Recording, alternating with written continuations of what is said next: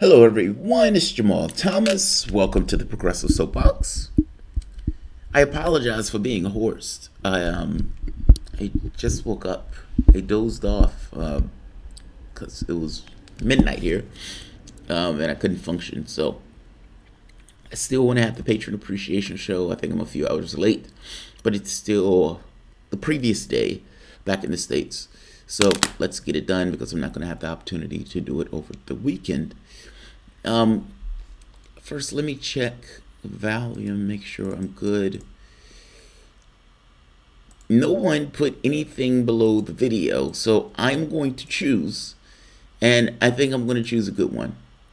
Noam Chomsky was on The Intercept with Jeremy Scahill, and I encourage anybody or everyone to watch that interview. It was an amazing interview by Jeremy Scahill and Chomsky, and I always get something from Chomsky when he talks. He has this calm, melodic voice, even though what he's saying is pretty amazing. It's the Howard Zinn point of view. You're a man sitting on the moon looking at events. You have a humanitarian disposition. What do you see and what do you say? The Howard Zinn, Noam Chomsky point of view of things. In this case, the Noam Chomsky point of view. There's been a debate on Syria dealing with our role in that country. You know my disposition. I don't want my money and tax dollars going into this idea of regime change. And the CIA has been instigating itself, and I'm going to say the United States has been instigating itself into that country, giving weapons and munitions. I don't understand why that's even a debate on that. That's something that has been taking place. We have been helping terrorists in that region of the globe trying to take that country down. Mind you, doing this after Iraq became what it was, after Libya became what it was. After looking at the previous failures to turn around and say, let's do it one more time. We'll get it right this time. We'll get it right this time. Fortunately, Russia and Iran intervened into that. Whatever you want to think of Assad is irrelevant to the conversation. Should the United States be instigating itself into the affairs of other nations in this regard? Have you seen the poverty in California? Should the United States be instigating itself, dropping in weapons and munitions and money and resources? Have you seen the poverty in Detroit, Michigan? Do they have clean water in Flint? Yeah, I'm asking this in the context of spending nearly $1 trillion a year while having chaos and misery in your own country. Half of the country is poor or low wage. And even the part that's not poor and low wage is in the situation of barely making ends meet or struggling to make ends meet. What is it? 60-70% of the country doesn't have $500 to their name. That's misery. That's threat. This constant threat of not having access to your needs. While at the same token, the thing that the country deems important is, are we going to murder and kill and maim abroad? Murder, kill, and maim abroad. Listen to Chomsky give the rational point of view to take in this particular situation. I love it. It's fucking awesome. Let's flip over. There's not much to see on this one, but still.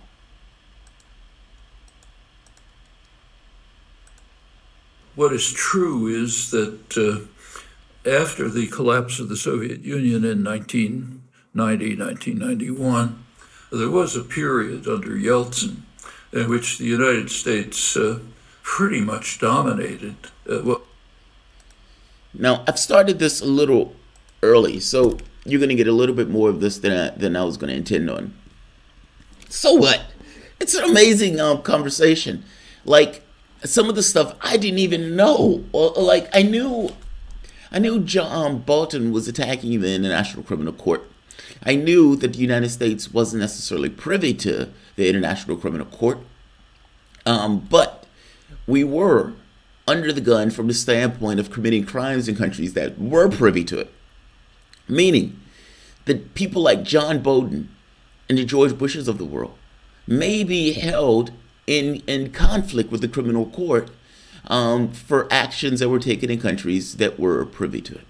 Meaning, the United States was a signatory to the criminal court, and the United States unsigned itself as a signatory, if I'm not mistaken, under George Bush. John Bolton saying, we will not be held to the international standards. Fucking superpower. You're not going to put your rules on us, buddy. And so the United States did whatever it wanted. But this went further. The United States went into passing laws, Hillary Clinton, Joe Biden, all of these people signing these laws, making that very clear, essentially clearing people of war crimes and clearing people that we will do everything that is in the power of the United States government to retrieve people that the International Criminal Court has taken custody of. That's amazing. That's amazing.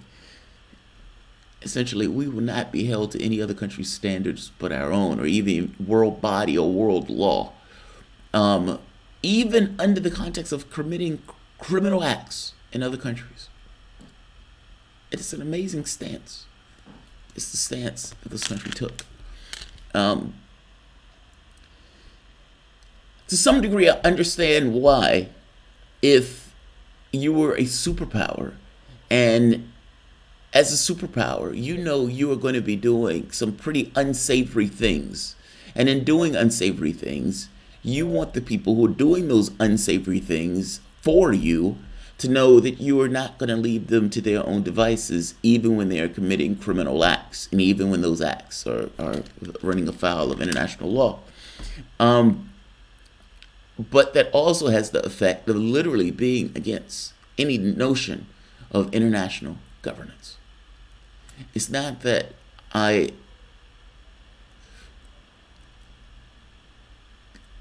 do you want your country to be one of the few people not to be under this model? I guess I'm saying this wrong.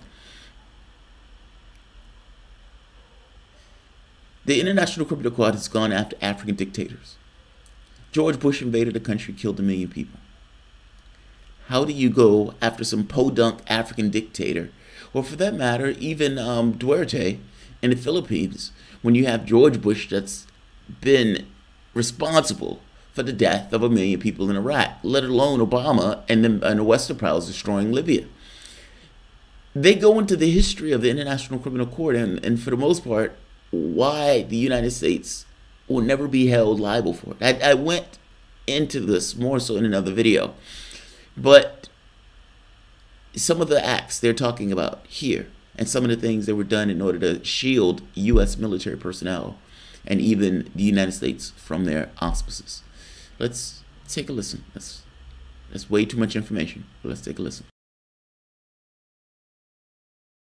What was happening in Russia and the region around Russia. NATO was expanded.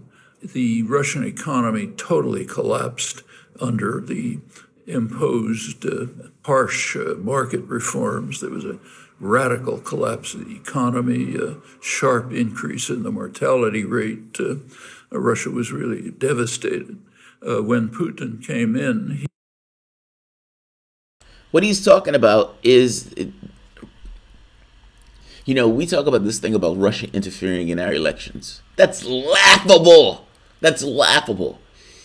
Honestly, if Russia was going to interfere in the elections, the goal wouldn't have been to get Hillary Clinton elected. At least if it was me, I'd be spiteful. The goal would just be to get Donald Trump elected, not to make sure Hillary Clinton didn't get elected. And in getting Donald Trump elected, not because there was any particular gripe against Hillary Clinton, but because of the intervention of the United States in Russian elections, putting in that drunk Boris Yeltsin, who was essentially in the pocket of the United States. I don't think Russia interceded in the election. I haven't seen any credible connection between Trump and Russia in this regard. I think that stuff is nonsense. All countries, to some degree, try to purge the edges, and the United States has no grounds to make that case at all. We interceded in that election in order to get Boris Yeltsin, in order to get Yeltsin to win. Yeltsin was going up against a communist opponent. That communist opponent had a much better chance of winning the election, seeing as people didn't like Boris Yeltsin. Clinton interceded, sending in personnel like people dealing with media and all this other stuff in order to put on a political campaign to help Boris Yeltsin win the race. Now, that's not a Facebook and Twitter ad. That's literally intervening into the electoral process of another country. And getting Boris Yeltsin to strunk, there was a radical change in the economic system that Russia was going by. The United States essentially preyed on this country. The mortality rate sharply increased, where you had millions of Russians dying, and a radical change in the economic system. You ask Russians today whether the Soviet Union should go bust, a very large share of them would say no, even though they wouldn't necessarily want to change the system back. Talk to Gorbachev. Listen to some of the stuff he says now as opposed to the stuff that he was saying back then. He was a hopeful idealist back then. Not anymore. He's considered to some degree as a pariah, somebody who essentially sold out his country to Western interests. The West lauds him, loves the guy. But if the West loves him that much, don't you have to question whether or not his own population feels the same way? His own population does not. Let's take a look at this. When you look at him now, he's a bitter guy. But you can understand why. He unraveled the Soviet Union with promises from Western countries that they wouldn't prey on the carcass of the Soviet Union once the Soviet Union implodes. And not just that they were going to have this ability of coming together, where there was going to be an end to the Cold War. Not an end to the Cold War from the standpoint of one superpower taking over it all and eating the carcass of the other, but an end to it mutually. We put down our weapons, you put down your weapons. Let's have a better world. Well, you could put down your weapons. And if you're a sucker enough to do it, sad for you. And yeah, we're going to eat your carcass because that's what we do. We're a superpower. Not just that, taking on a posture that there will never be any other superpowers to challenge the United States' hegemony around the world.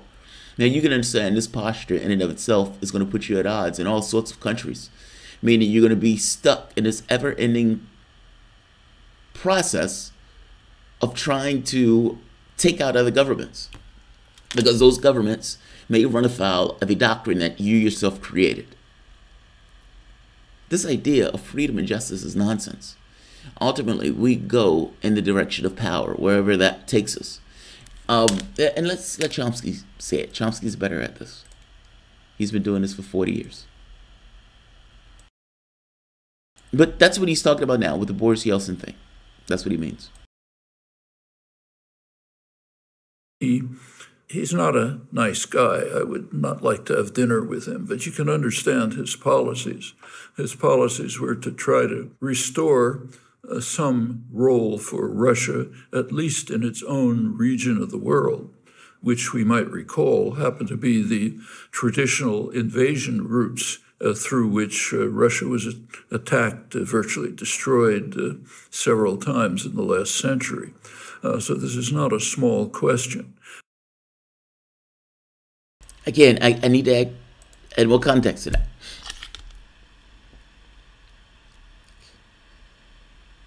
The United States was hit on 9/11. And nobody really honestly engaged why. Some people did, but it wasn't necessarily done on a governmental level. And in fact, you couldn't even really ask that question, even though that was the most pertinent question in the world to ask. Why were we hit? Regardless of why we were hit, the foreign policy of the United States for the last 20 years has taken a direct turn based on being hit from 9/11. It left a stain. It left this kind of this hit on the public consciousness of sorts. Imagine for the moment, though, that you're not just a hit on 9/11 where 3,000 people were killed, but millions. Imagine a situation from the standpoint of the public consciousness and what the leaders of a particular country feel that they need to do when that country has been hit on multiple occasions, and the route that was used to hit that country and to kill millions of its people was a particular corridor. My point here is, we've never been invaded in this way, at least not in real terms. Russia was invaded multiple times by Western powers, in this case the Germans, and millions was killed. If I'm not mistaken, over 10 million Russians were killed in the Second World War, and over 1 million or more than 1 million, in the First. You can imagine that you would be a little sketchy about your borders. And we, at this moment, have been amassing on the Russian borders, and we've been taking, or going from one NATO country after the next, putting troops and increasing military expenditures in those countries and putting those troops on the borders. Yeah, if I was Vladimir Putin, I would be a little sketchy about what's taking place from the standpoint of an organization that's set up to destroy, well, the Soviet Union, but in this case it's being repurposed to attack the vestiges of that institution, Russia. And yes, Putin is trying to restore some degree of Russian power in the world, some degree of Russian authority. One extension of that, and in fact the only one, is the Russian position in Syria. All of this encroaches on the global domination of the United States and secondarily its allies, which is kind of taken to be the norm. The norm is we rule everything. And if someone else tries to control their own area, that's disruptive of the international system, which from a certain point of view it is. If you take a look at Russian power as compared with the United States, it's derisory. Just one indication, Trump's his increase in defense budget practically reaches the entire Russian military budget. So again, I need to add context. Chomsky says these things. We increased our military budget, if I'm not mistaken, by $80 billion. The entirety of the Russian military budget, if I'm not mistaken, was like $80 billion or $60 billion. It was something to that effect. But our increase alone exceeded what they spent in the entirety of their military. And yet, they're supposed to be our main enemy. Okay. By the way, we used to do this during the Kennedy administration also, where the guys would come out and say, we're behind, or we need to catch up with the Russians and all this other stuff. And you find out that we always, to some degree, had a missile supremacy. Yes, there were times where it might have been more even, but more or less, we were never necessarily behind. And they still use this line of thought and this line of argument going back, what, 60s and 70s. Trying to back up. The idea of Russia taking over the world is ludicrous. What it means is that they're trying, often in ways that merit condemnation, but nevertheless trying to restore some degree of Russian influence in the regions surrounding Russia, plus Syria, their one Mediterranean base, and to try to establish a place for Russia in the world system, far weaker than the United States, weaker than China, in fact. One of Russia's international problems is to keep from being overwhelmed by Chinese power. That's the kind of disruption of the international order that is attributed to Russia. There's something we don't understand in this country, and it's always aggravating to talk to people when they don't quite get it. I'm going to make this case because I think you would understand. Kind of. I've had conversations even with people on the channel that kind of miss it. And I think this is what people get to when they call people white and all this other stuff.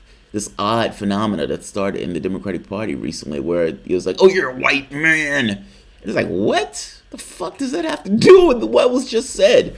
Somebody said at the door. And it's like, but what he just said was right. What does him being white have to do with what he just said if what he just said was right? It's one thing if what he just said had a certain degree of non-comprehension in it based upon some factor of his race where he couldn't necessarily understand a certain experience. But that's not the conversation at all. But there is a phenomena to that goes just with the American public itself that has nothing to do with their race, but more so has to do with the country itself. And even in those situations, it's not a property of their race. It's just a property of what that race has allowed in the country itself. As an African American in the country, I have a certain perspective of this country. When I make up 13% of this country, I have a certain complicated history in this country, all of us. And that certain complicated history is emblazoned in our mind, not just because of this kind of historical standpoint, but because of the things that take place now. The things that take place now are completely and utterly connected to anything that has taken place prior, because there is no gap where history breaks. There's never been a point where we come together and say, hey, how do we make this even and move forward and put this racial shit behind us and let's live as human beings? That's never happened. I suspect that while certain differentials exist, that won't happen. Whites don't regard their history honestly. I've said it before. I'll say it again. It's true. It is difficult to get across inequity when you're not at the tail end of that inequity. And it's difficult to see what that emblazons on the consciousness of the individuals that are involved in it. Meaning, people exist in their worlds. And in certain worlds, they're untethered to the difficult realities that the majority of people in this world face. That's even in the standpoint of the United States, meaning racial demographics in the United States. That's even in the States. But from the standpoint of the States, I can say, if this is true here, even within the distribution of people that are here in the United States, a country that's, for all intents and purposes, extraordinarily wealthy, even though that wealth is hoarded to certain ends of the country, then the same thing is probably true elsewhere with other phenomena. Meaning, when our country instigated itself into the affairs of Russia in such a perverse way, the United States may not know that, but the people of Russia damn sure know that, and they know that they were taken advantage of by Western powers. And I guarantee you this, regardless of what you may think of Vladimir Putin, what even they may think of Vladimir Putin, between Putin and Yeltsin, I would wager that they know that Putin is working in the interests of the country itself as opposed to Yeltsin. It matters. Like, this is not something that just changes overnight. There's a public consciousness that gets instantiated into the public that knows that you fucked them over, that knows that the deaths of the hundreds of thousands of people were attributed to the actions that you took in their country. We, the United States, don't even remember it. Most people don't even know that. And not even just not know that, even if they did know it, don't necessarily care because it doesn't necessarily adversely affect them now. I'm making this point that things that we do have impact, and that impact extends beyond the action itself. And just because you may think, oh, they should get over it, doesn't necessarily mean they should get over it, because getting over is just your perspective and is not necessarily the most accurate one. The injured party has their say. They should have their say. And their perspective is just as right as anybody else's. That's not just Russia. That's all over the world where we've had impact. Go look at South America and the things that we were doing. Even Ronald Reagan, going back to Ronald Reagan, this idea of the Cuban Missile Crisis, selling weapons to supposedly our enemy in order to give it to the Contras, despite the government saying don't do that. Meaning the government passing a law saying don't do that, forbidding the president from doing it. The president did it anyway, trying to take down the Sandinista government. We were supporting terrorists in South America. They don't say it that way because it sticks in people's throat when they say it that way. But that's essentially what was taking place. We are not doing good things around the world. That's my point. All of this stuff is put under this guidelines of freedom and justice and equality and everything else. But all of those things just a naked power grabs in the various countries around the world to keep a certain amount of U.S. hegemony around the globe. That hegemony is slipping. And the terrifying thing is, what would a country, when the only thing it has left at its disposal is military power, do to try to maintain its position in the world? That's a terrifying question that not everyone has an answer to. Nobody has an answer to.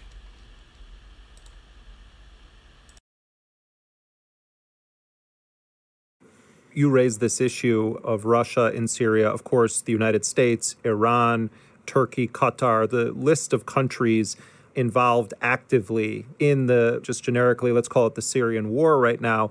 You do have a debate on the left in the United States about what a sort of just position looks like toward the conflict in Syria. And of course, you have isolationists or libertarians or anti-imperialists who take the position of there should be total hands-off Syria, that this is a civil war. I think the honest among us would say that, of course, Bashar al-Assad is a war criminal. He is a mass murderer, but he is in a conflict with a lot of mass murderers and a lot of war criminals.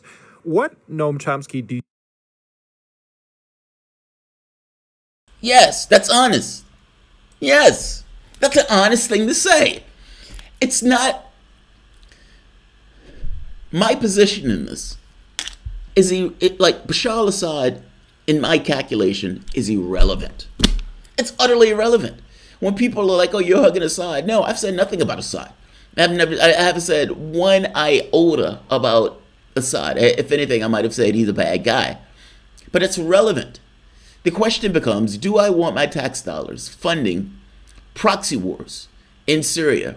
Do I want my tax dollars invading itself or instigating itself into other countries in a way that's destabilizing the countries? The answer is no.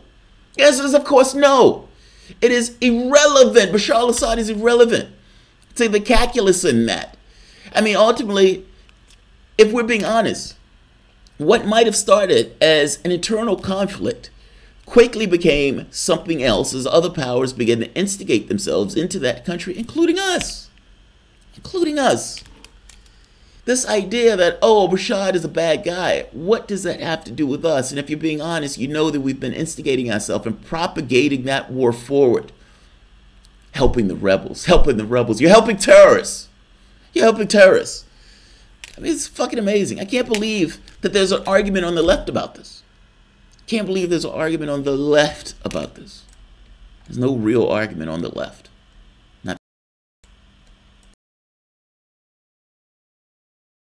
You believe is a just position to take on the war in Syria? Is it that people should defend Bashar al-Assad with the idea that it's the least bad option, or that this is a matter that should be handled by the Syrians? Or is there any international involvement that you think makes any sense or could be justified under both moral principles and legal principles? Well, the first point to bear in mind, which you already mentioned, is that Assad is a horrible war criminal. The bulk of the atrocities, which are enormous, are his responsibility. There's no justifying Assad. On the other hand, the fact of the matter is that he is essentially and pretty much in control of Syria now, thanks largely to Russian, partially Iranian support.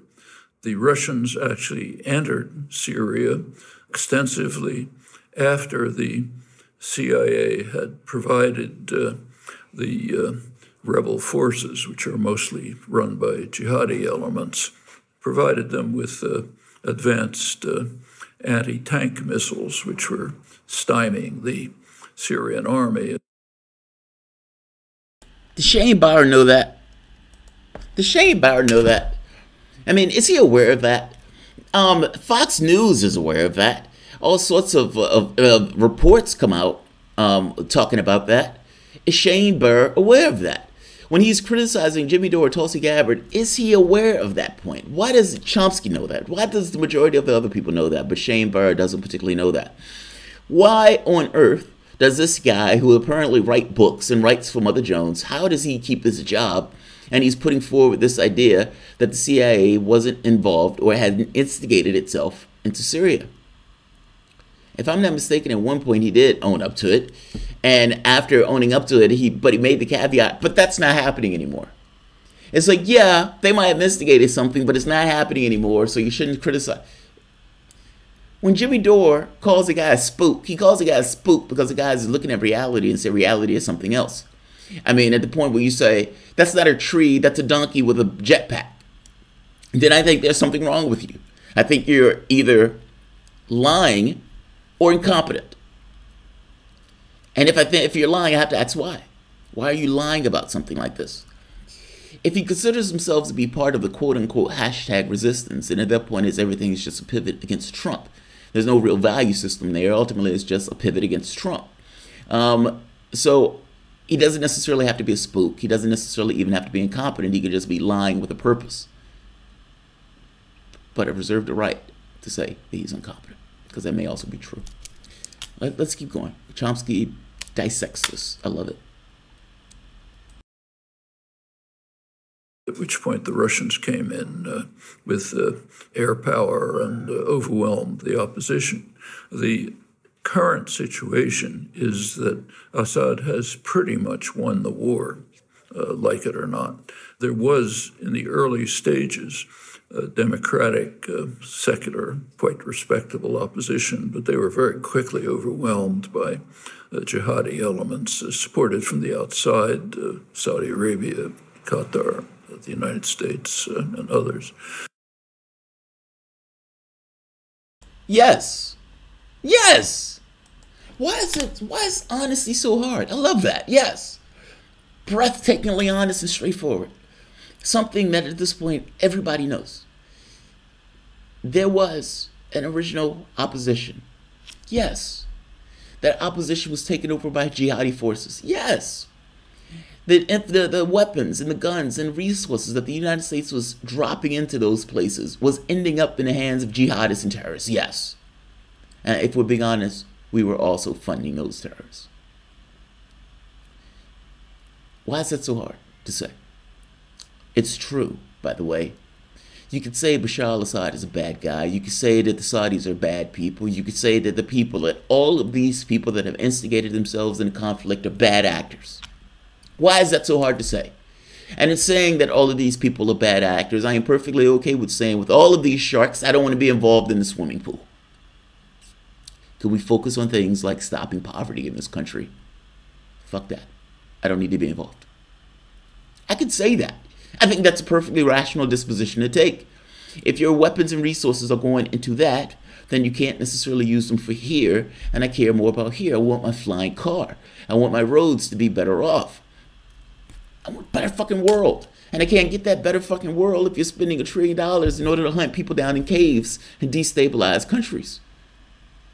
Whose interests are you working in if you're doing that? Damn sure not mine and the rest of the population.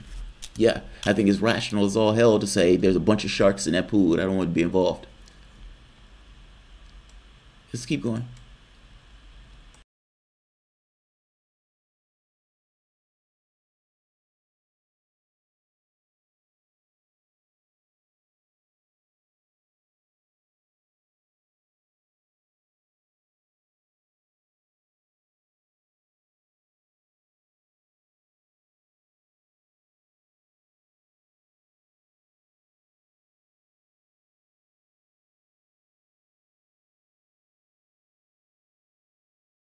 In the early stages, democratic, secular, quite respectable opposition, but they were very quickly overwhelmed by jihadi elements supported from the outside, Saudi Arabia, Qatar, the United States, and others. There's a pending humanitarian catastrophe in Idlib province where the jihadis have been, the place to which they've been expelled or fled. If there's a Syrian-Russian attack on that, it could be a total humanitarian catastrophe. There's some indication that the Russians and the Turks may have been provided a safe area to which maybe some civilians can flee, but that looks like a monstrosity developing. If there's a way of countering that attack, it should be pursued by diplomatic means. The other crucial question is the status of the Kurdish areas, Rojava.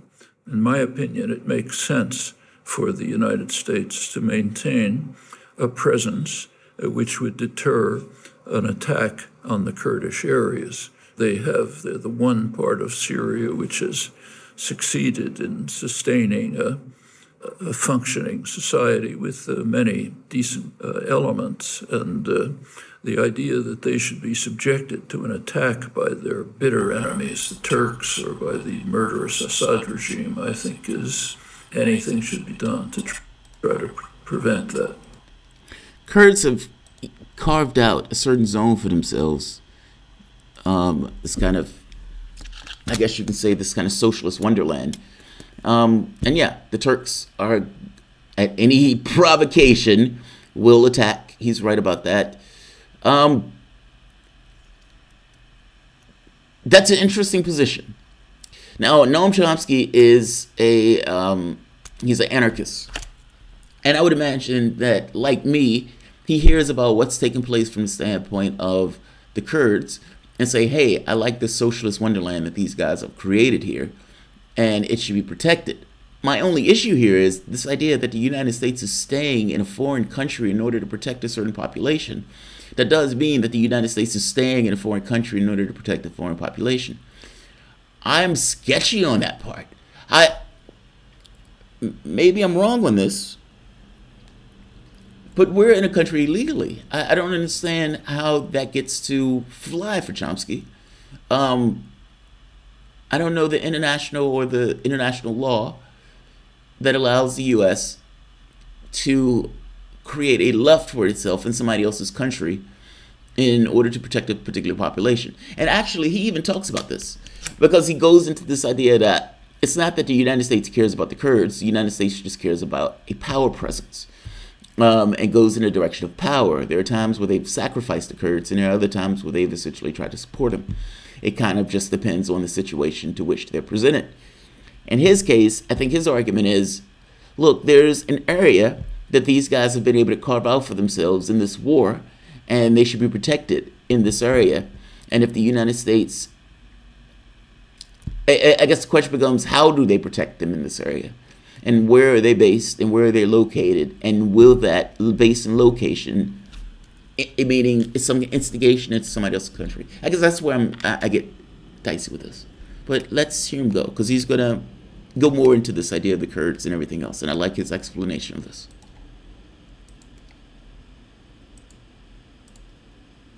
Let me ask you about that point, because you are one of the leading people in the world that is consistently reminding the world that the United States has always adopted a posture of certain Kurds are good Kurds, certain Kurds are bad Kurds, and the United States has poured money and weapons into the coffers of, for instance, the Turkish military explicitly to be used for an ongoing attempt at genocide against the Kurds. So I'm curious how you reconcile that with a position that the United States would, in essence, be the protector of the Kurds in the context of the Syrian war.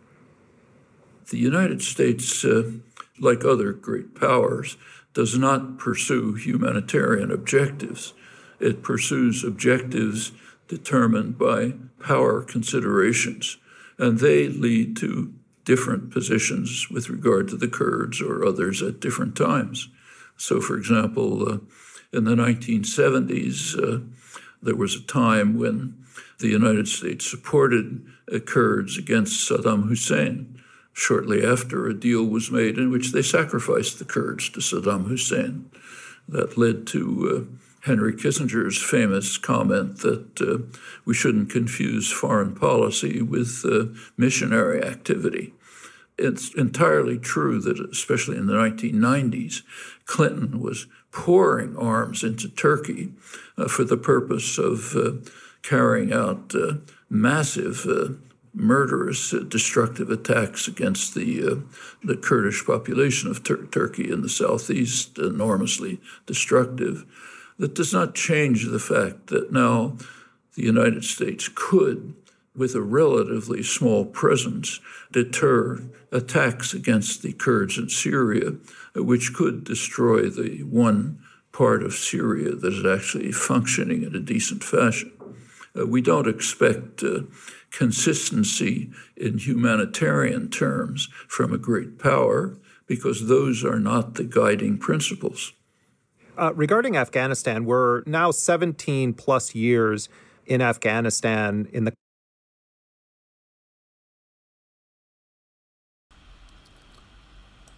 Chomsky easily was one of my favorite people from the standpoint of my political awakening. Zen was another. Skip Rock Gotti's boring. He's not boring. He just has a really laid-back voice where he just talks and blah, blah, you know. He just has that way. In fact, I've heard Chomsky, even in debates, Chomsky talks the exact same way. Chomsky thought the exact same way. Saddam versus the Kurds, Iraq versus the Kurds. Do you think the Kurds will stop trusting us to help them? Like he said, it boils down to what's in the interest of the United States at the time. There are times where it's in our interest. There are times where it's not.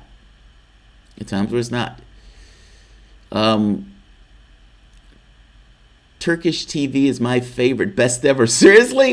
How do you get Turkish television? After being a fan of T.E. Lawrence, I'd never trust a Turk. You see, JT, from a great power, not the United States specifically, just great power, it's global. The United States is the dominant position. Yes, that's true. Expanding elections. Integrity isn't boring to me. Right on. Right on. Chomsky has never given a properly working microphone. No, he is, Jenny. He's a low talker. I mean, the funny part is, when you hear him in debates, he's the exact same way. That, well, the United States position is the blah, blah, blah, blah, blah, blah, blah, blah, blah, blah, blah, blah, blah. And you have to listen to him because you're not going to get it in tone and manner. You just have to get it from what he's saying. He's not, I'm telling you.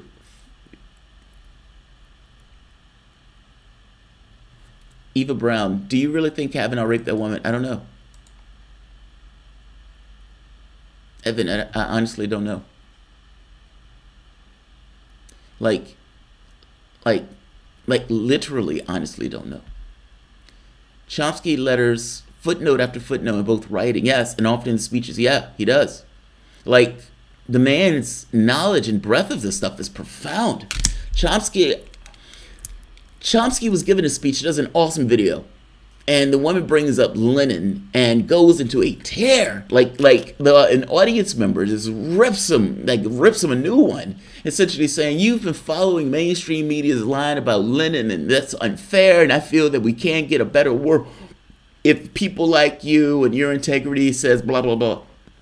And Chomsky gives an off-the-cuff 15-minute history lesson about Leninism and the difference between Leninism and Marxism, and how what Lenin was putting forward was more political opportunism than it was for any kind of cohesive idea of the world. It was fucking fascinating. The man, the stuff, his breadth of knowledge is profound. And like you say, yeah, footnote after footnote after footnote. He's amazing.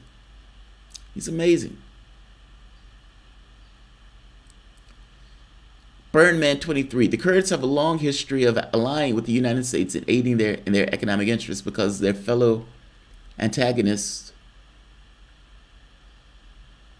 Damn it, I missed that one.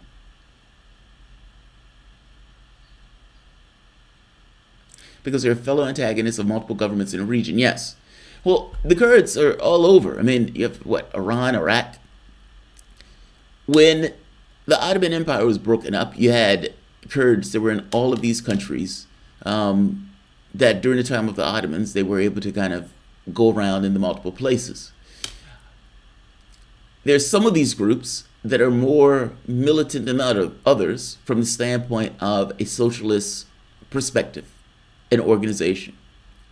I suspect what Chomsky is talking about is the group that is able to corral itself into a kind of working, functioning society that Chomsky wants that protected. I suspect part of that has to do with Chomsky being an anarchist and likes the idea of an anarchist society in play. But yeah, you can imagine that if you were any of these countries, you don't necessarily want your integrity broken up. And you can believe that any support of the Kurds in this case is somewhat breaking up the integrity of those countries, even though those countries were kind of figments of people's imagination. They were made during the British Empire. So it depends on how you feel about that. But yeah, there are various governments in that region of the world that the United States can play the Turks off. Play the Kurds off. That is true. That is true.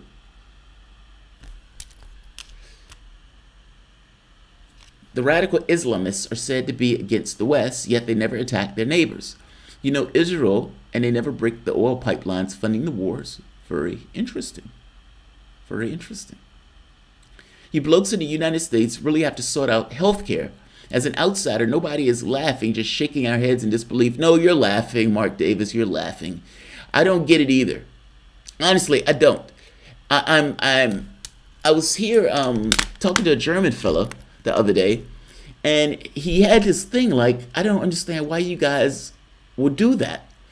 Like a society can come together and make a determination on what it wants to cover. And he's like, I don't quite get why you would allow yourself to be predatory or prey to the capitalist class in this way. You have a break, oh, pay me. You have cancer, oh, yes, I'm going to make a ton of profit off your cancer. Why on earth would you allow that? Why do you allow that? Yeah, I agree with you, man. That needs to be sorted out. Chomsky takes out time in his busy schedule to respond to random people, emails, and deaths. He's awesome. He responded to me. He responded to me. I'm not laughing. Yeah, I know people are suffering. Yeah, I agree. I'm being a little hyperbolic. Pat, did Jamarl talk about Chomsky and Jeremy saying that Assad was a monster? Yeah, he did say Assad was a monster, yeah. He did say it, but whether Assad is a monster or not is irrelevant, I would wager, to Chomsky's calculus in this. It doesn't matter. It's irrelevant.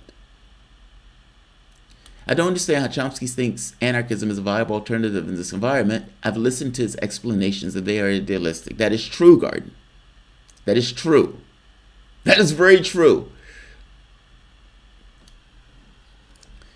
Any anarchist society that's going to propagate itself has to do so with other capitalist societies about to prey on that anarchist society.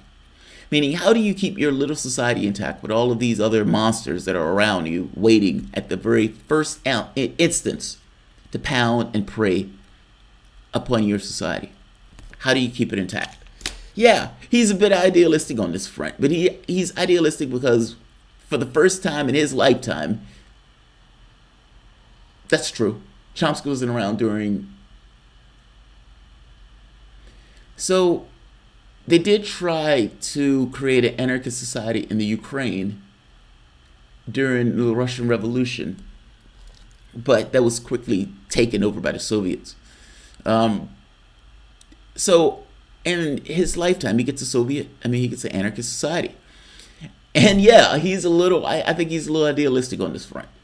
The idea that the United States is going to be there just to protect his anarchist society. I don't know how that's going to prosper in this case, but I don't necessarily think it's insane for him to try to say, yes, it should be protected. I don't think that's insane. I have certain moral qualms with this idea of should the United States be invading in other countries, but morality doesn't necessarily factor into the calculus. This is an issue of power and whether or not you can maintain your society in the face of sharks. I mean, what? Qatar, Saudi Arabia, United States, Britain, France, all of these countries are circling in this particular area. How do you maintain that society in this context? Yeah, Garden, I agree. I agree with you on this one. Expanding electrons. Jamarl, you got a good thing going. team your ass up with Jimmy Dore and hold Bernie's feet to the fire.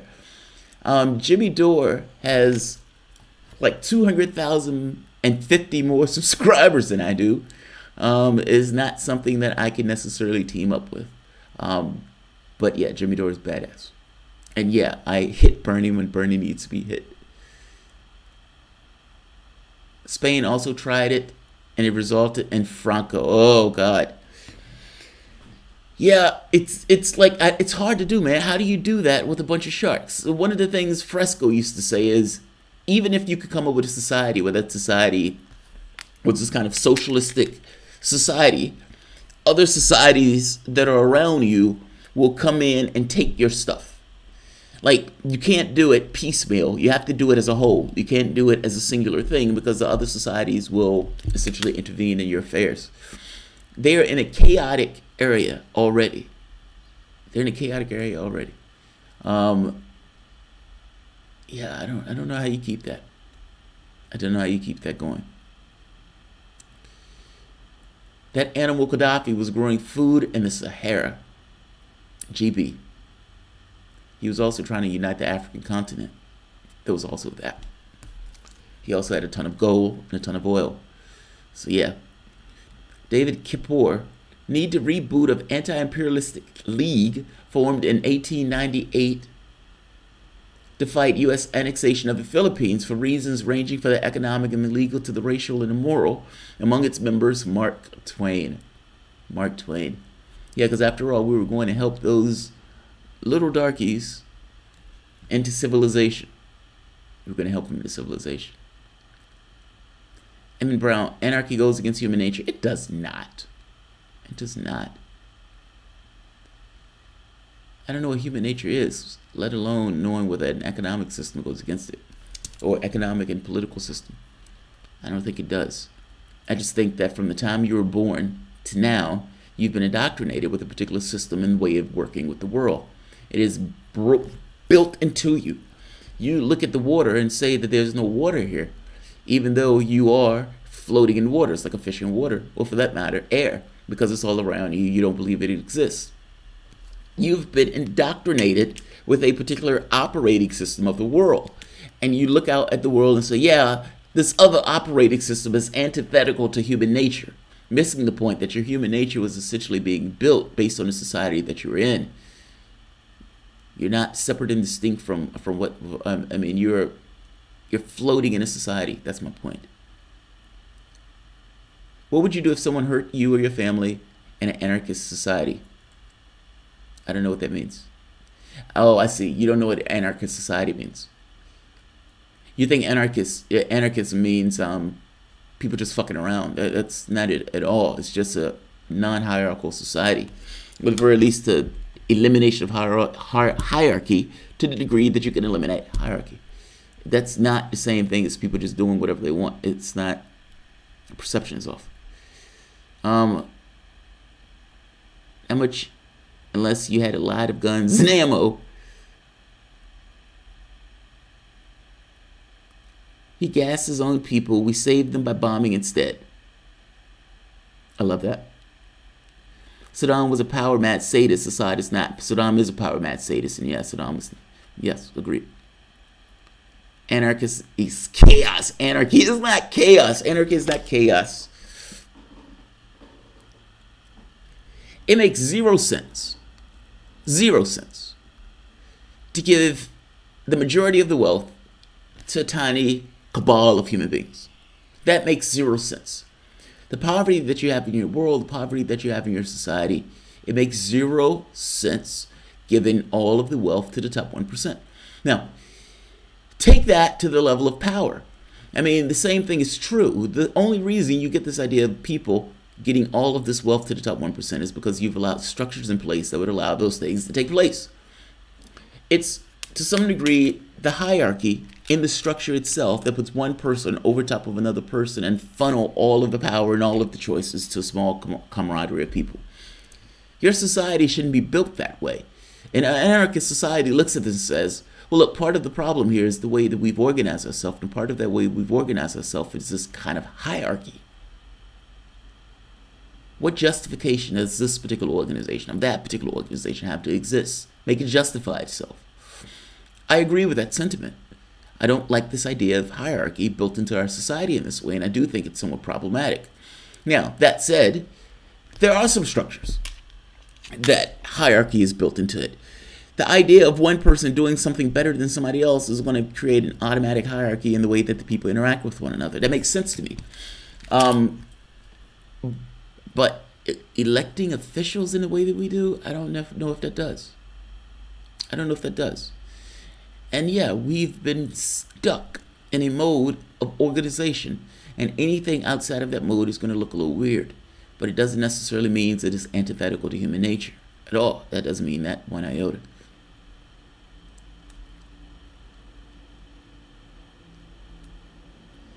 If that does not make sense to you, you must quit. Jordan Peterson has some ideas on hierarchy and the left-right paradigm. So it's funny, Jordan Peterson is odd in many respects. He has a weird bias on this idea of identity politics, even though he has this other bias with this idea, like he will make this argument about the winners and all this other stuff, and then at the same token he will make an argument that certain people needs to be coddled, but it all boils down to areas that he deems needs to be protected. And you kind of point this out. This was pointed out to him on Joe Rogan, and he had no answer to this. Like, he had no answer to why he was perfectly okay with this idea of protecting one class of people, but jokes others for being, these kind of snowflakes. Yeah, he's a fucking snowflake, even though he doesn't like to own up to the fact that he's a snowflake in certain regards. Like, it's an amazing thing to hear him do this, because he would say it in one respect where you're like, okay, that kind of makes sense. And then he would say something that completely, like, if you ever watched a Joe Rogan interview with Peterson, part of the interview you would say, okay, that makes sense. And then he would say something like, oh God, that's fucking lunacy. And then Joe Rogan will point out to him, it sounds like you're trying to protect this group, but you make a big issue of people trying to protect other groups. How do you reconcile those two things in your head? Fact is, he can't reconcile those things. He can't reconcile them. And it comes to this thing of him trying to, like, he hits his head on it in the Joe Rogan interview, and there's no answer. There's no answer. There's no answer at all. He's like, yes, I'm a snowflake in this particular regard, but I don't like the snowflakes in the other regards. I don't like those other snowflakes. It's an amazing thing to hear. It is an amazing thing to hear. People are hardwired to fight and compete with each other. All we can do is practice harm reduction. No, they're also hardwired to cooperate. Both of those things are true. They're also hardwired to cooperate. Meaning, the thing that people get in themselves when they give, that's also hardwired into the human being. Now, your society can either push those things forward, meaning from the standpoint of cooperation, or it can institute processes that push forward the competition aspect. It's choice. What does your society want to incentivize? Do you want to incentivize cooperation or competition? It's both. This is kind of the point. It's not one or the other, it's both. This idea that human beings are hardwired to fight doesn't mean anything. It's also true that human beings are hardwired to cooperate and to get along and to build things together. All of those things are true. What does your society want to push forward more so? Meaning, do you want to incentivize people cooperating with one another to build better and bigger things, or do you want to incentivize competition? What I put forth to you is from the time that you're born to the time that you drop dead, your society has been incentivizing competition. And incentivizing competition, that's all that you know. So that's what the world looks like to you. It doesn't have to be this way. It doesn't have to be this way at all. We are not natural born killers. Yes, thank you. How could you wrap your head around society putting limits on wealth and your family could obtain, and what type of Jesus-like group could be trusted with these decisions? Yes, that's fair. And that's what people hit Fresco on. Like, how do you pull this off? But again, you're in a context of pure competition. And if wealth wasn't something that was accrued at the way that wealth was accrued, then this issue of who do you give and who do you distribute the wealth to becomes somewhat of a non-question. The question at that point becomes who makes the decisions, not who distributes the wealth, because the wealth would just be distributed naturally in the way that the society functions, if that makes sense. Imagine for the moment if Uber wasn't in the hands of capitalists, and instead Uber worked to the betterment of the public itself. So a person, you didn't need a car. You got up, you put in your directions, you got into a car, you went where you needed to go, you got out the car, and you went on your way. No money exchanged hands because this was a factor of your society that your society just allowed you to get. What if you needed, when you needed a rake or a lawnmower, instead of you having to purchase a lawnmower and spending all of this money on a lawnmower, where 99% of the time that lawnmower is just going to sit in your garage, why does all of these lawnmowers need to be made if the majority of the lawnmowers 99% of the time are going to go unused? What if you can go to your library and rent your lawnmower and use that lawnmower and take that lawnmower back when you finish? Your society could be different. That's the point I'm trying to get at. Your context of this is purely from a capitalistic society where people prey off of other people in order to make their ends.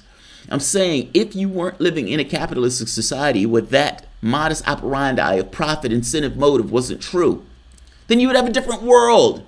This idea of how do you distribute the wealth loses meaning in that world. That's the kind of point I'm getting to you. The entire context of the world to which you live deals with this idea of wealth creation, and who do you get the wealth creation, and how do you put a restraint on it? I'm saying you put a restraint on it by not allowing it to go into the hands in the first place. If the money of Bezos that is sitting in somebody's bank account right now, or sitting in some kind of wealth thing, was used to ameliorate poverty, do you realize that Jeff Bezos would still be a billionaire after getting rid of world poverty? That's how much money Jeff Bezos has. I'm saying it's a non-question because the society would be different. The question boils down to who makes the choices.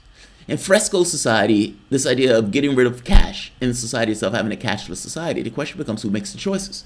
Fresco's argument is use machines in order to do the labor. What is the point of a human being doing tedious labor? That human being has the capacity to do all sorts of things, all these miraculous, amazing things with the human body and the human mind.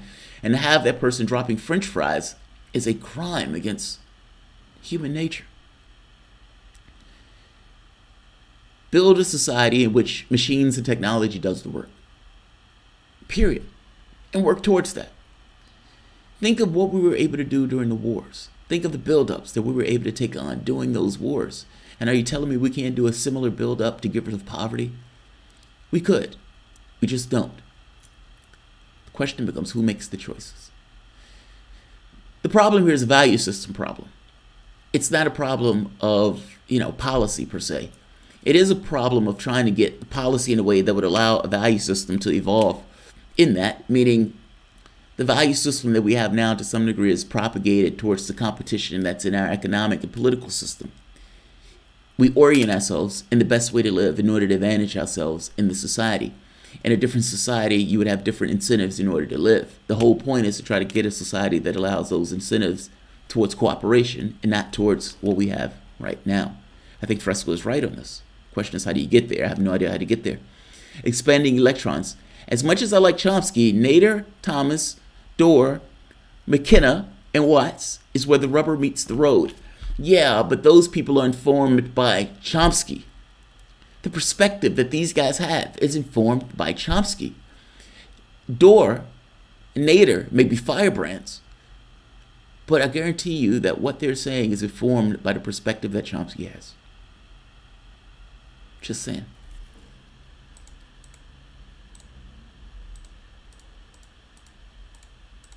Why can't I get off there?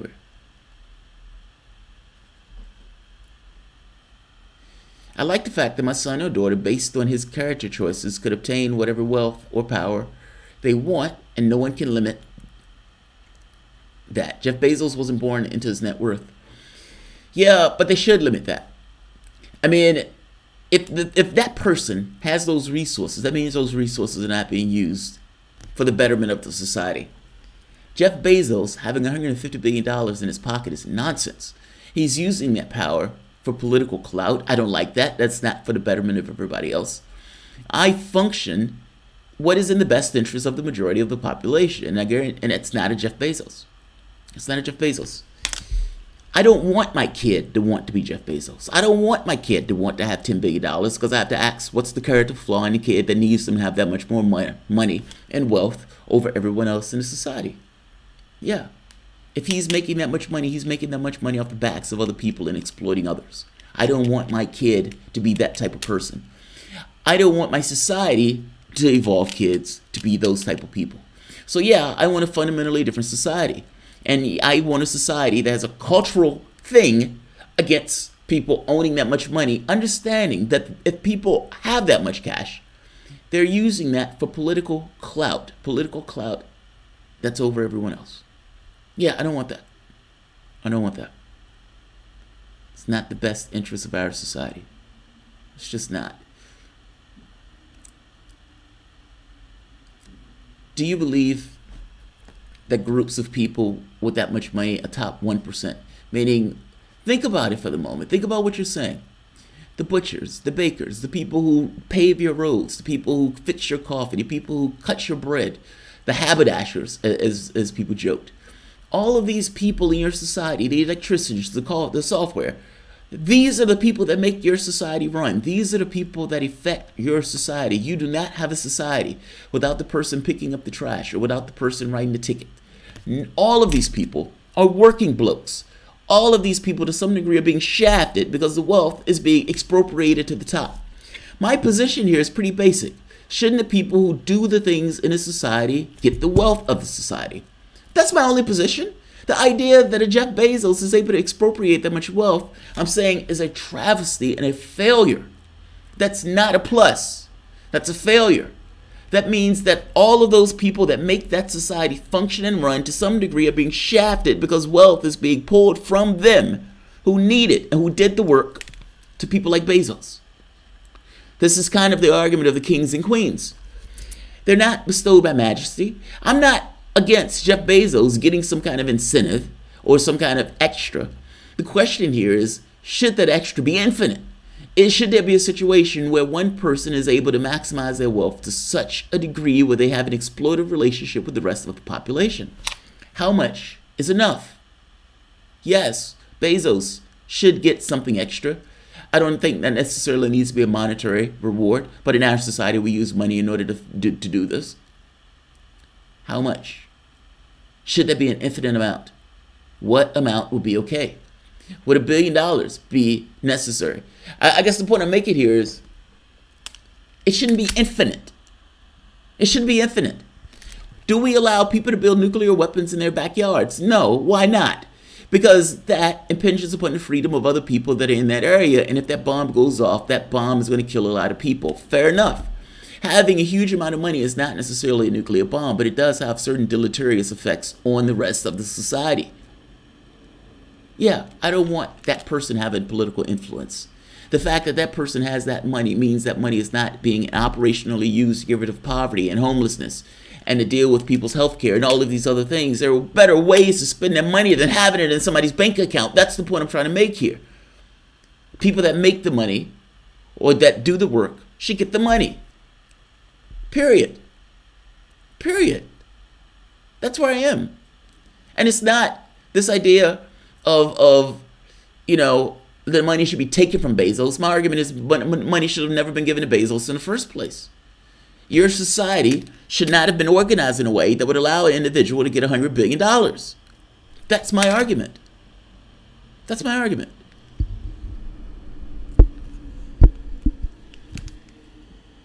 I'm glad LSD research is making a comeback. Yes, I am too. LSD research is fascinating. Or oh God, what is the other stuff? What is the other stuff? Mescaline. Mescaline. Have you seen the research of the mescaline? Is fine, but people, depending on where you are, I've seen anthropologists like go into these other areas of like the rainforest and stuff like that and try mescaline. And, you know, in the rainforest, they consider mescaline an entity, not a drug, if that makes sense. Now, depending on your perspective of the world, it does make sense. If you take the perspective of a physicalist, that all of this stuff is physical, and that this is a desk, this is a chair, this is a wall, and all of these things are physical things. My consciousness is in a body, that the consciousness evolves from the body itself. The body itself is just grounded in the world, etc., etc. All of this stuff is matter, and everything is hard. From that perspective, yeah, mescaline is just a drug. It doesn't seem like anything else. For that matter, DMT, same thing, the research into DMT. This idea of people interacting with machine elves and these other beings. It doesn't make sense that these things are gateways into other realities unless you realize that what you consider to be consciousness or your physicality, your consciousness creates this, not the other way around. In a dream state, it looks as if you have a physical body also. The only person in that dream state, ideally, is you.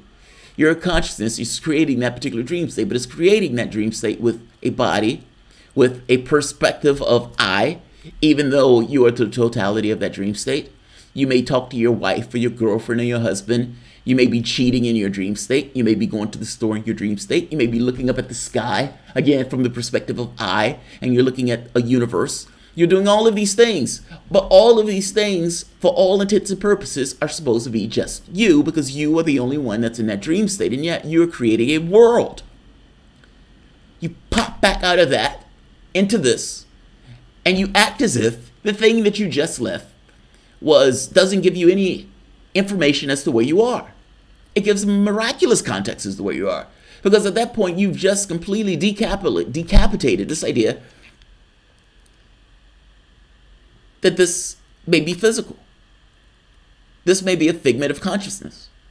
And if it is a figment of consciousness, meaning your consciousness is allowing a certain interaction with a particular space, then mescaline at that point is a gateway. DMT is a gateway. All of those things at that point allows a switch of the dial from the standpoint of consciousness. So instead of being plugged into this particular socket, this allows me to be plugged into another socket. I have a body somewhere, so I always come back to this, and I am tethered into this particular frame of reference for a particular reason, but this frame of reference may not be the only frame of reference, and there may be other frames of reference, in which case DMT, mescaline, to some degree, maybe even pot, gives you windows into these various different reality frames. I'm saying this from somebody it does OBE stuff, and when you do OBE stuff, you get this real sense that, hey, there's more to this, and this is not the only physical matter reality environment, that there may be others. And you plug into those others. Plug into those others. Yes, I'm fascinated by stuff like that. It's fucking phenomenal. It's amazing. It's amazing. Let's see.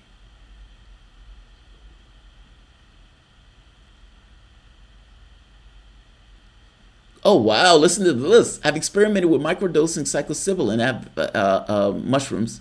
I have positive results. Excellent. Excellent. Very cool. Mark Benjamin, I don't want to fall into a conspiracy theory and go insane. You know, I asked Debbie one day, I said, where's your floor? Right?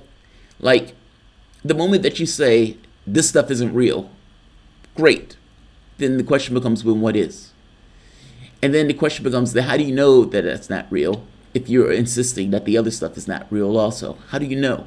How do you know how your world is constructed in that case? Where do you find your floor? How do you, figure out what's real versus not? Ultimately, some of this stuff comes down to choice.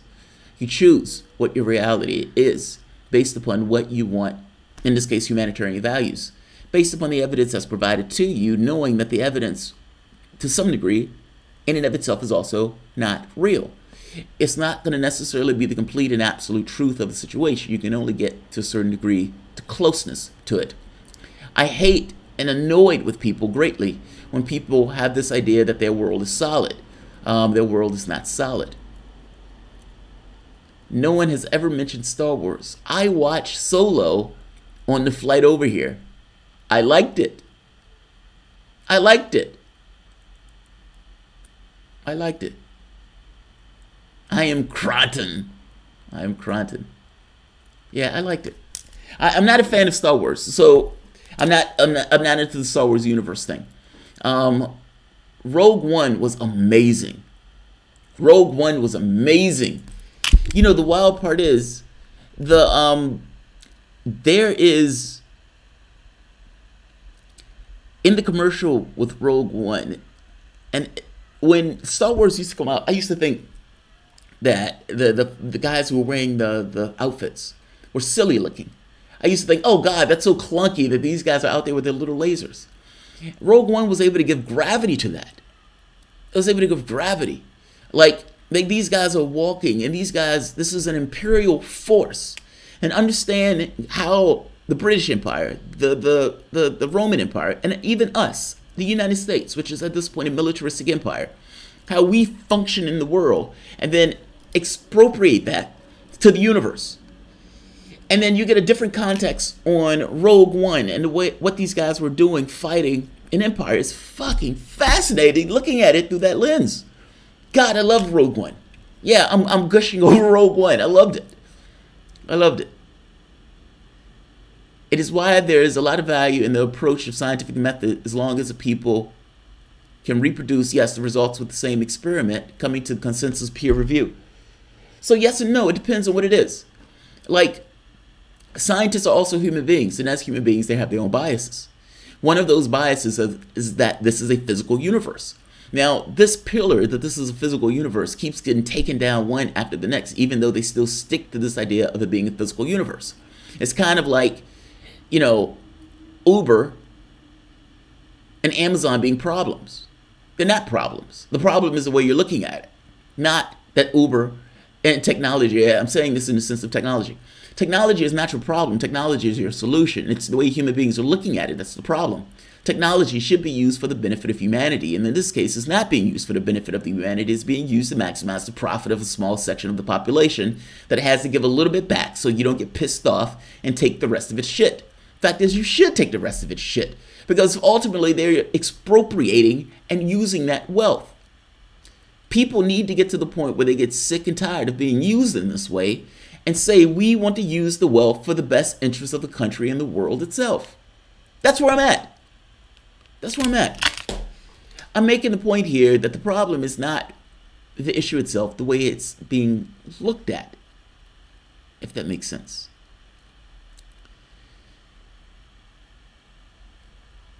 Newton thought we were in a deterministic universe, and Einstein shows that's not true. Not just that it's not true, that what we consider to be physical, time and space itself, can either shrink and contract depending upon how fast you're going. That's a pretty fucking amazing thing. In a deterministic universe, you have time and space acting as a rubber band of sorts. You take that next step into quantum mechanics, where even Einstein himself balks at, and you find out it's right. Another pillar of this deterministic universe falls away. With this idea of matter and reality itself coming into being to some degree based on conscious thought. Somebody makes a choice, and that choice to some degree creates an action in the atomic space, going left or right. Meaning, based on experiments, reality for the most part is being constructed based on this kind of conscious thought. If a person doesn't make a choice, or if a person doesn't look, no choice is made. And I'm saying this in double slit experiments. I've done videos on this before, but I'm saying one step after the next into physics and into science gets this idea of reality is not deterministic, or at the very least, it's not this hard, solid thing. Most of the space around you is empty space. Star Trek was just a ripoff of Star Wars. No, it was not. Those are two drastically different shows, Pat. Nobody that watches either one of those shows would ever say that. Like, it is hard to get across how dramatically and radically wrong you are. Dramatically wrong. Like, those shows are fundamentally different.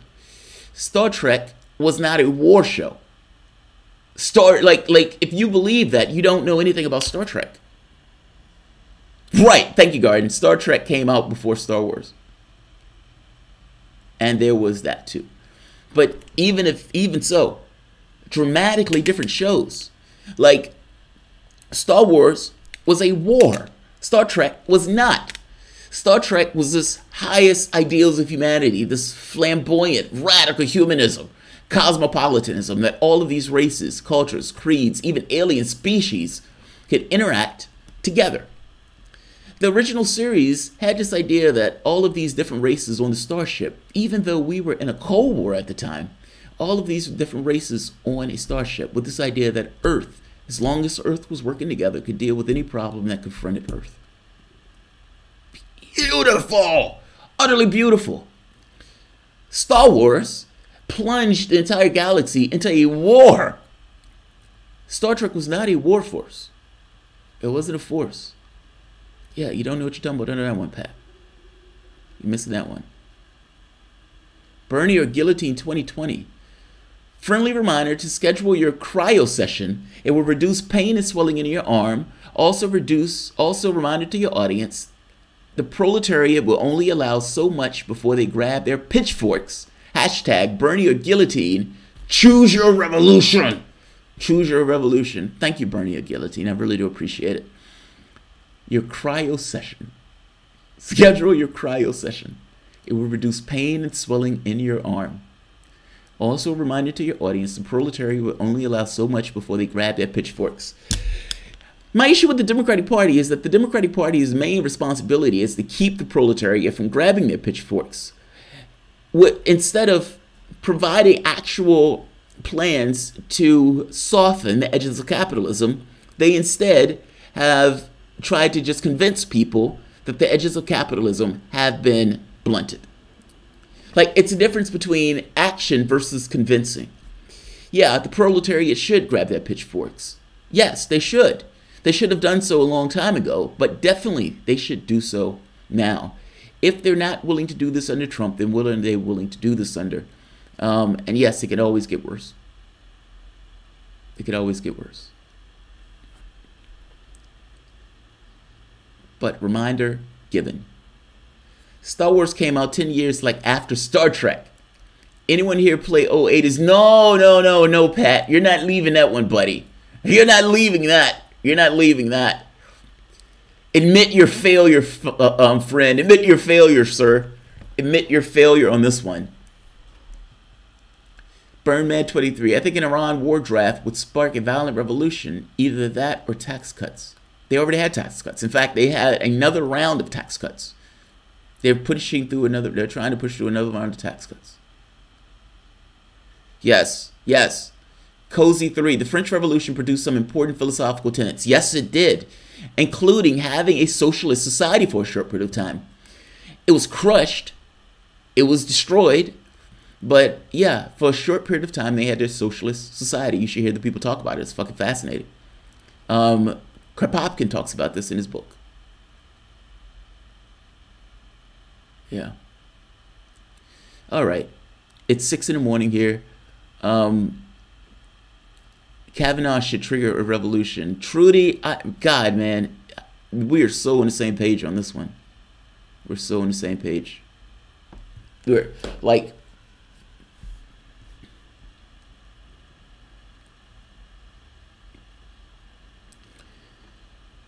I don't find any home in any political space in the States, at least not from the standpoint of a traditional party, because the Democratic Party is a systems manager. It has nothing to do with actually really changing anything. Ultimately, these guys just want to make as much profit as they can make while convincing people that the system is okay the way it is. I don't have that belief that the system is okay the way it is. I think it's a fraud. The idea that we're putting people on a Supreme Court, those people are partisan hacks. They're not there to actually make any real choice. They're there to essentially interpret law based upon a conservative ideology. There's a difference between that and actually interpreting law from the standpoint of fairness and justice and humanity. Why would I support that? Why would I even pretend that it's doing some action that is supposed to be in the interests of the population? It's not in the interests of the population. They gave this country George W. Bush through an election. And it's not so much that I think Al Gore was fucking awesome. It's more so that I don't like this idea of these partisan hacks making choices over the rest of us. This is not a situation where the court has legitimacy. That's the point I'm getting at. One 5-4 decision after the next, with partisans or choices being made purely through a partisan lens. Let's stop pretending as if the court is a non-partisan actor. It is a partisan actor. For all intents and purposes, you might as well let one Republican or the Democrats write the laws. In this case, they are writing the laws. I'm just making the point that the interpretation of those laws is going to be done by a group of right-wingers.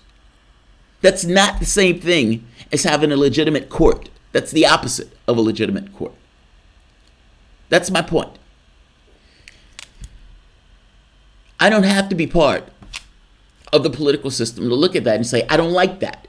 They're still making laws, whether I like those laws or not. And they're still presiding over laws. And if they're going to preside over anything, I don't want them presiding over it in this purely partisan right-wing way, nor do I want to give the fact that they're doing so any level of legitimacy. That's where I'm at. So yes, if the Supreme Court, I don't want Kavanaugh confirmed. I think they need to pull out each and every stop that they have at their disposal, including getting public support in order to stop Kavanaugh from being confirmed. The question becomes, what do you do after you stop Kavanaugh from being confirmed? You have to win the Senate. And if you win the Senate, prevent Trump from putting anybody through for the next 2 years. Republicans did it for 1. Fuck it. Let's make it 2. I don't want Kavanaugh confirmed.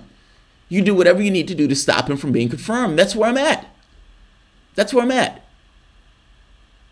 That's where I'm at. That's brutal politics, but that's brutal politics, not from the standpoint of party. I need to make that very clear. Whether or not a person is affiliated with a party or not, Kavanaugh is going to be making laws on workers, on women, all across the board.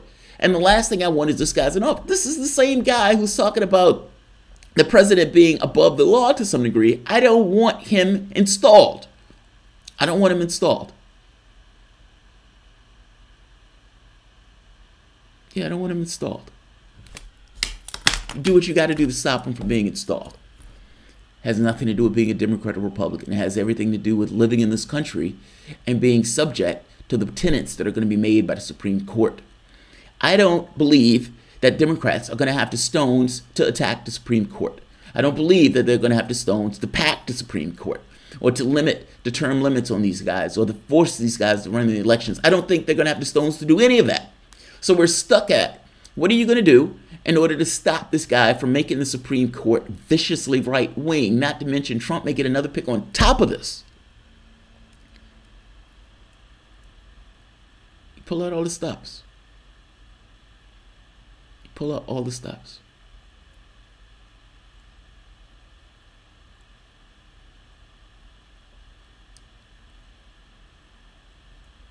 It's already a done deal, I think. It may be a done deal, but still, you fight to the last.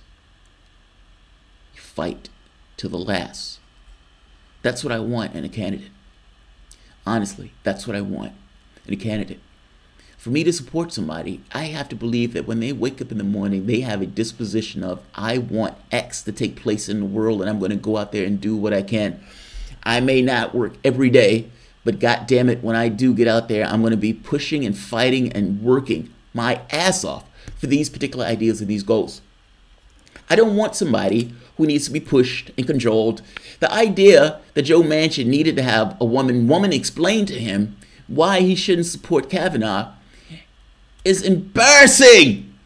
Why do you need to explain that to anybody? Why do you need a rape allegation to get some Democrats on your side when there should be unyielding opposition to what these people are putting up, seeing as the last guy that you try to put up for your team was stopped for a year? Why does this need to be explained? Why in the world is Joe Manchin a Democrat?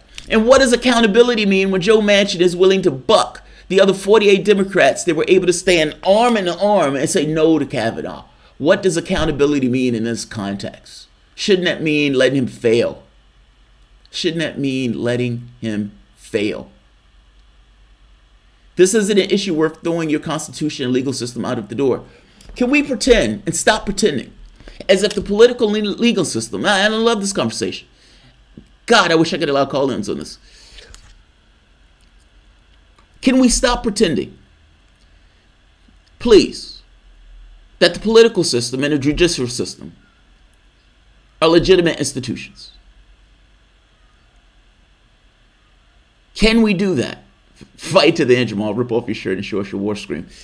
Big UNC. All right, so I have to say this is going to be brutally racist. We, my wife and I, we're in Egypt. I've been to Egypt before.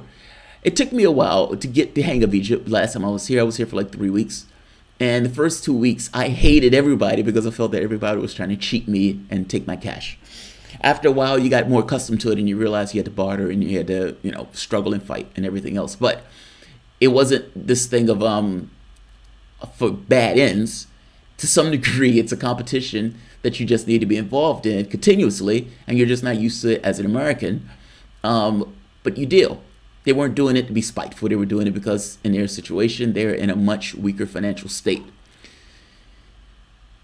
My wife and I are in the car, and I tell her, I said, we're nearing prayers. Like it's almost prayer time. Now, from where we are, we can't necessarily hear the prayers during the days and all. But during Cairo, I've always told her, when you're in Cairo, you can hear them. Like they're in the loudspeakers at the mosque.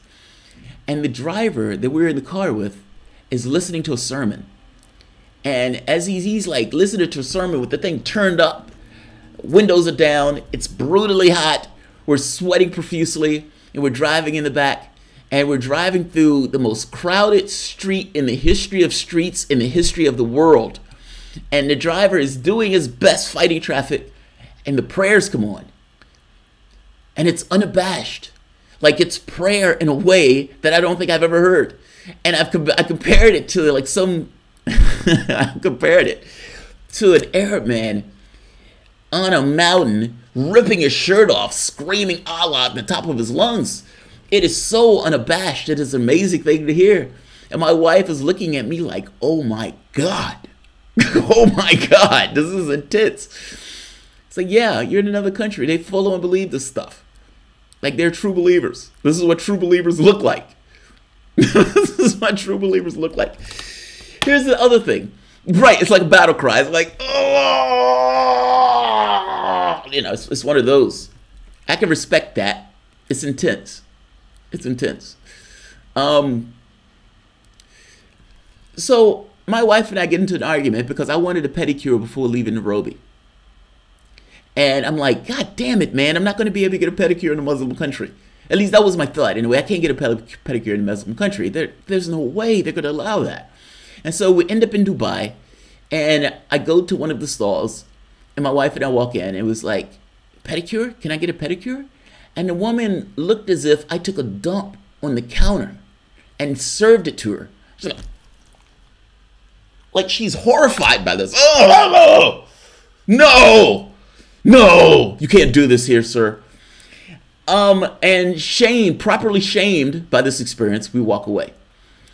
Now, I suspected the answer to this already, but the response was like just utter grossness.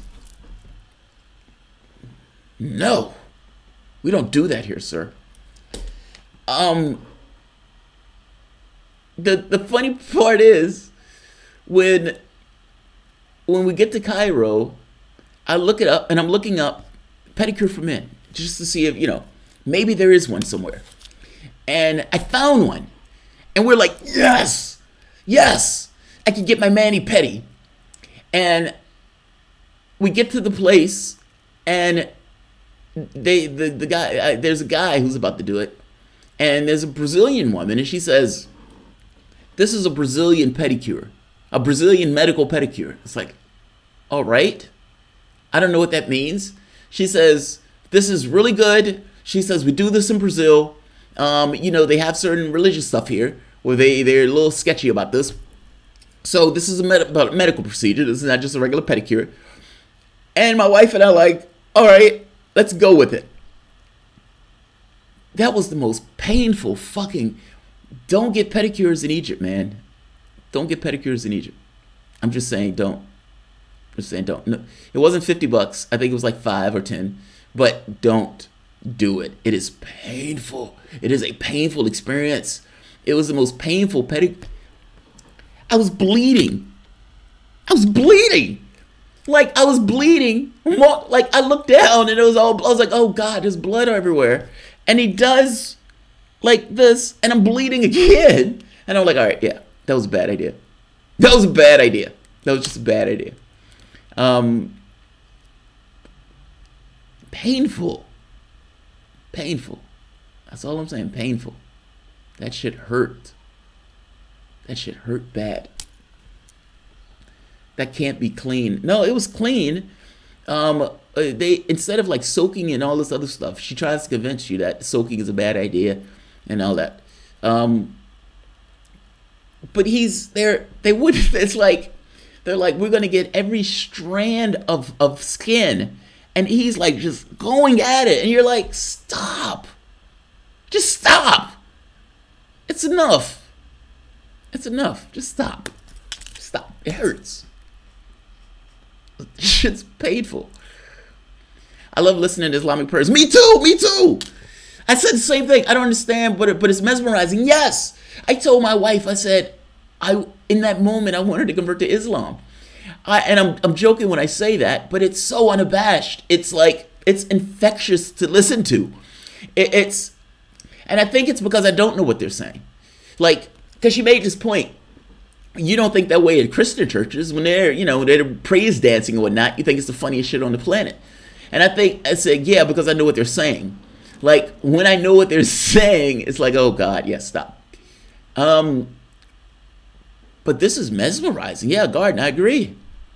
I agree. Maybe they secretly hate you. Right. It's the Larry David thing. Larry David, there was an episode of Larry David where he goes through the entire episode saying Shia. And it's like somebody gave him this mantra to say. And he's like saying Shia, Shia, in all these situations saying Shia.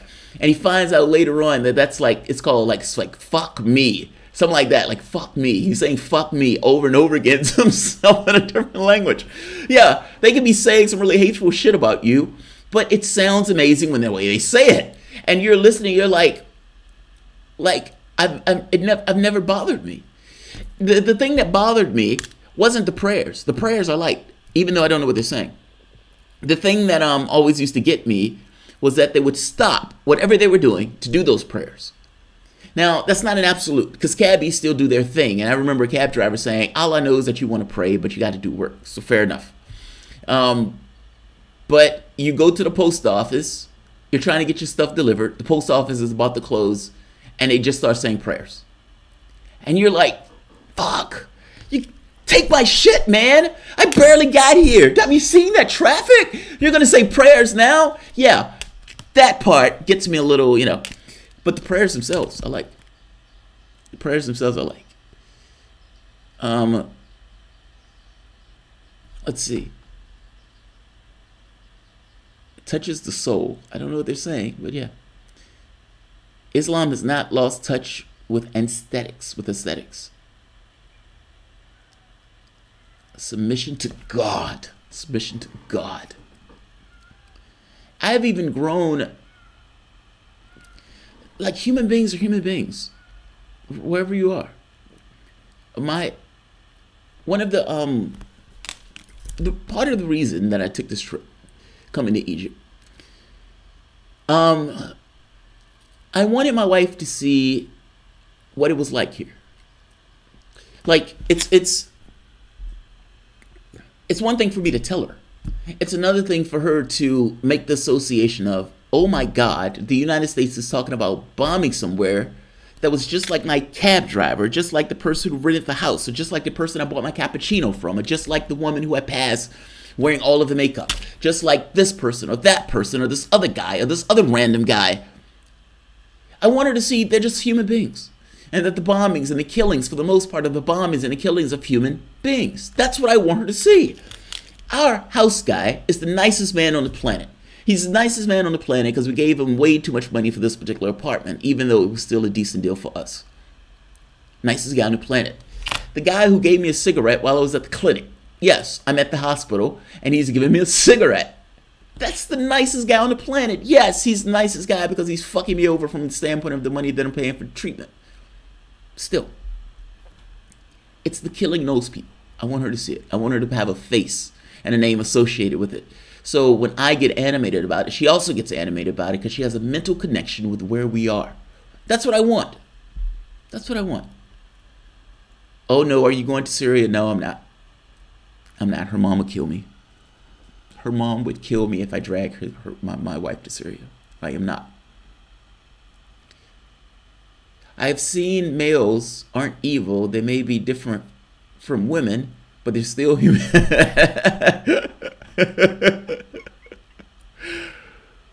All males aren't evil. No, all males aren't. I don't think I'm evil.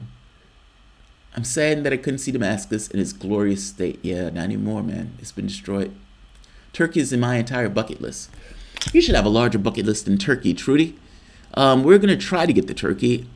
My plans have failed through magnificently. Honestly.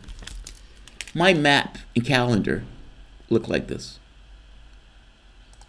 Let's see. Let me flip. And right now, I'm not quite sure how I'm going to pull this off. This is my calendar. This is an aggressive calendar. If you notice, there are these yellow marks in the calendar. These are treatment days. I need to find treatment wherever I go, meaning whatever country I jump into, I need to be able to get a medical treatment at that country in order to move forward. I used to be ashamed of this, but I started looking at this like 7 of 9 needing treatment. 7 of 9 in no way is diminished from having to get increments into the board cube thing X number of times a week, or in her case, every night. I consider this something of the same. You just need X in order to keep going. So fair enough. You just deal and you figure out a way to get X in order to keep going. Kind of like playing chess. What do you need to do in order to do the things that you want to do? So fine. So that means I need treatments. All right, how do you get treatments? Those treatments are going to have to be in various countries around the globe. Great. How do you do that when you don't speak the language? You get a fixer. All right, great. I had a fixer. That fixer gets annoyed at me, and that fixer is no longer going to help me fix these visits. So this aggressive map and the various places, Egypt, Portugal, Barcelona, Morocco, Germany, where you're going from point A to point B. Believe it or not, it's inexpensive to do this to some degree. People make this point of, well, how do you do this? Anywhere you go, you have to pay rent. Like, if I'm back in the States, we still have to pay, what, $1,200, $1,500 each month for rent? You can pay that rent anywhere. The issue becomes, how do you get across the globe in order to do that? In our case, we took somewhat of a different route. We saved money by moving in with our parents. That's the secret. It's like, it's like you're living with your mom for 4 weeks or 5 weeks, and the $1,500 that you typically pay for rent, you cut that amount in half, and then you dump that money into an account, and then the money that you need to travel from point A to point B, meaning to get across the globe, and the money that you need to get back, you put into a bank. And so when you take that trip globe, that's the money that you're spending. You're not taking any additional money out of the money that you already had. You've just saved that money in order to make the trip. Depending on where you are, the amount of money that you spend each month is less. Understand what I mean by this? In an odd way, you save money by traveling. My goal in this, that I thought, at least the way I did it, that I can cut my expenses, that my expenses never get hit. Meaning my basic account never actually gets hit, because the money that you spend for traveling, you save based on where you are. So living in Kenya is cheaper than living in the United States, even though you're living in Kenya. The moment that you get across and you say you get into Europe, that's when your expenses go up. But the expenses go up based on the savings that you had in various countries, meaning in Kenya, or in this case, Egypt. Same thing is true by the time you get over into Vietnam, Cambodia, Thailand. The catch here is you end up spending more money in Europe, but the idea is that you save that money on the 2 other wings of the trip, being in Thailand and Kenya. That's the only way the trip works. I don't want my account hit by the expenses of the trip itself. I want the trip to be able to pay for itself. Now, that makes all the sense in the world, and that actually works depending on how long you stay either in Africa and how long you're staying in the other places, because there has to be long enough in order to make up for Europe. So get to Europe. Europe has turned into a fuckfest. The person who I had booking this stuff booked me out until Spain. Here. She threw a conniption fit and no longer assisted. Now this is problematic because this trip is supposed to go all the way out into like March or April, and the European portion of this trip has just been gutted. Going home is not an option. I'm not going home. The goal is to work it out while you're here. I have a month or so to work this out. What I'm thinking, and what may work, is to deviate into the larger portion of the trip in Poland. Poland has a clinic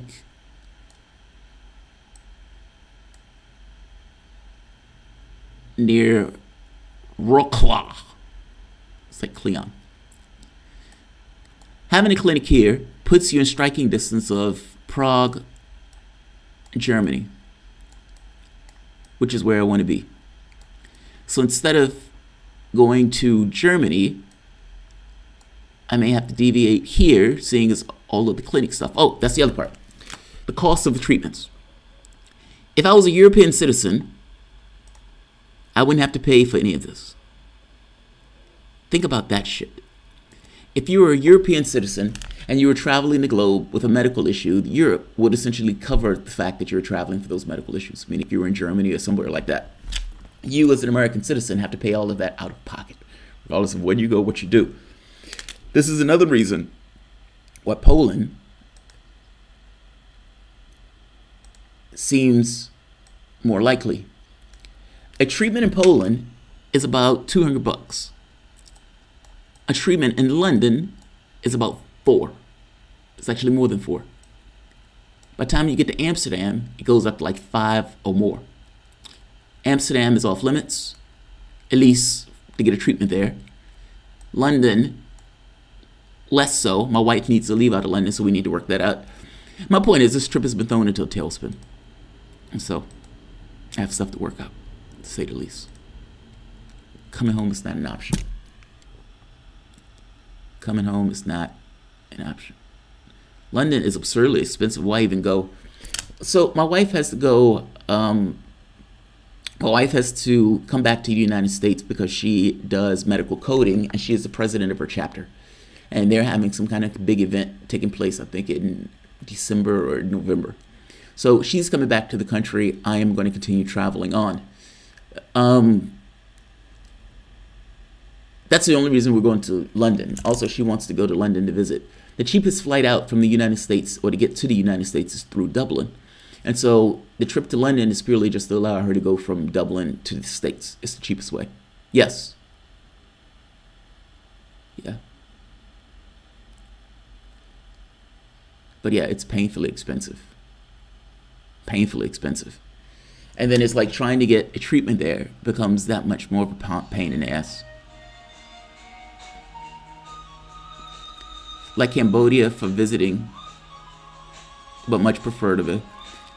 So I enjoyed visiting Cairo. I mean, in Kenya. Loved visiting Cairo, Kenya. My wife put her phone in and... All right, I'm going to end this. Yeah, that's because my wife brought her phone in. All right, I'm going to end this because Twitter or YouTube may beg me for saying, you've stole somebody else's soundtrack. All right, guys, if you enjoyed the content, please feel free to share, like, subscribe. You can always support through Patreon. Thanks all.